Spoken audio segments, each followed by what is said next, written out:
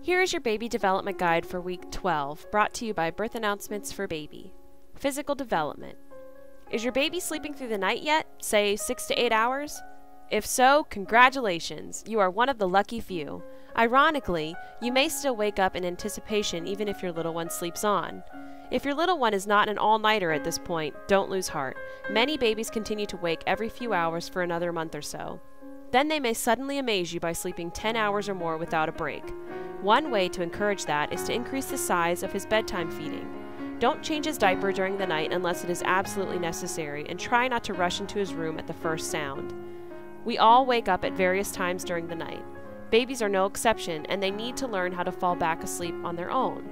You may find that in a minute or two he's dozed off again. Social development. You may notice that just as your baby is starting to sleep more consistently and for longer periods, he also cries less when he's awake.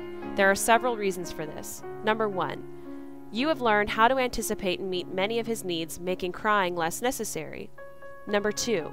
His nervous system is maturing, giving him the ability to cope better with stress. Number 3. He has found new ways to communicate, squeals of frustration, joyous giggles, whining when he's tired, etc. Number 4.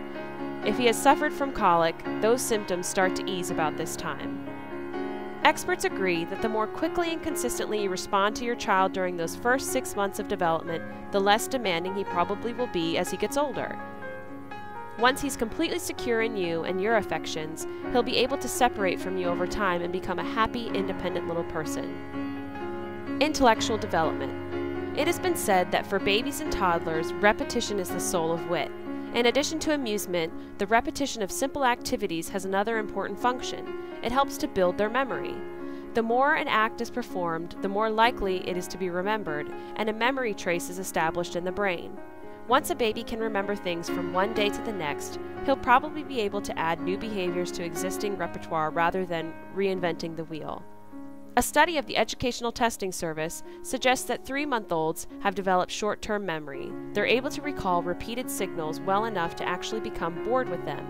At the same time, it's obvious that your baby remembers you well enough to brighten when you enter the room. From this point on, he'll be constantly enhancing his memory skills.